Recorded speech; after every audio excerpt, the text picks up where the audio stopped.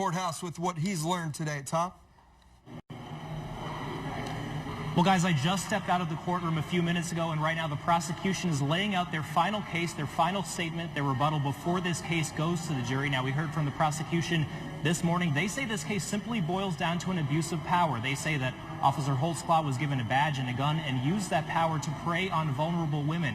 They brought up the fact that these were women that had felony backgrounds and that these were women that they thought no one would believe. Now, they also brought up some of the DNA and GPS evidence from his car that they say ties him to this case. Now, this is a case that has been getting a lot of attention. I want to show you this video right here. This was the scene earlier this afternoon. People were packing outside the courtroom, and the courtroom was filled to capacity with all 129 seats. Most of those people were people who are supporting the 13 women accusing Holtzclaw. And at one point, Holtzclaw seemed emotional after listening to the maximum charges he could be facing.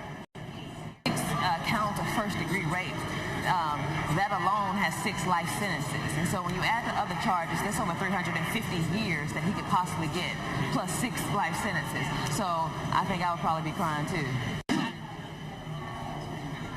Now, after the break, we heard from the defense, their closing argument. In it, they criticized each of the 13 women that took the stand. They nitpicked through every one of their cases, trying to find holes in their arguments. They also brought up the fact that many of these women had felony backgrounds and tried to say that because of that, they weren't believable.